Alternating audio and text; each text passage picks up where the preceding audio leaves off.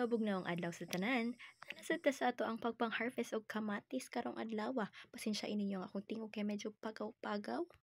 Naningkamot jud kong makit-an kining against the light man dai nang atong kamera din ha. Pero anyway, importante makapang-harvest ta og mahumanan ni. Okay? Sa pagpang-harvest di ay guys, kay naatay gitawag og review. Dili ra ta sa exam mag-review pud ta ig mang-harvest.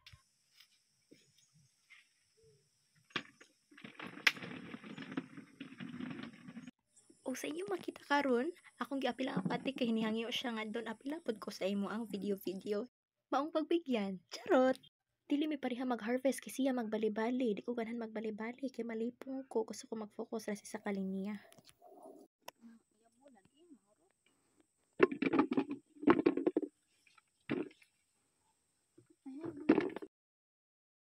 Tungod kay ni ulan man og kusog gabi nga ni kalapok ang among agianan sa kamatisan. Very nice. Nasa unahan doon? Ana si mama, pilon daw kuno na akong video tong mga hinog kay nindot tan-aon. Char, seryoso kasi mo kinabuhi day. Seryoso ba?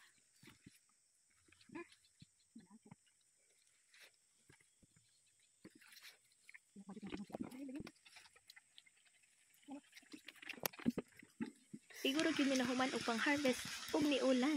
Maong manilong sa ata kay dili man bayo Jessica atong gi-harvest dinhi. Ug mao na ni ang tanan namong nakuha for today. Gitotal ni siya pagtimbang ni abot og 44 kilos. Ug mag-alsa na ta kay mo pauli na pud ta. Hinay.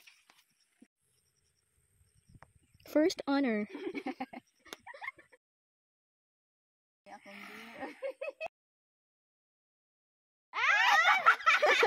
Sige matik 2.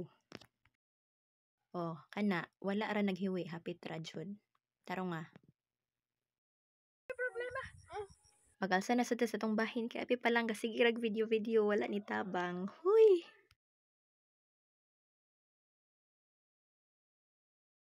Ako na lang po i-take nga opportunity para magpasalamat sa tanan nga misuporta ug mipalit sa among mga ginagmay nga tanom.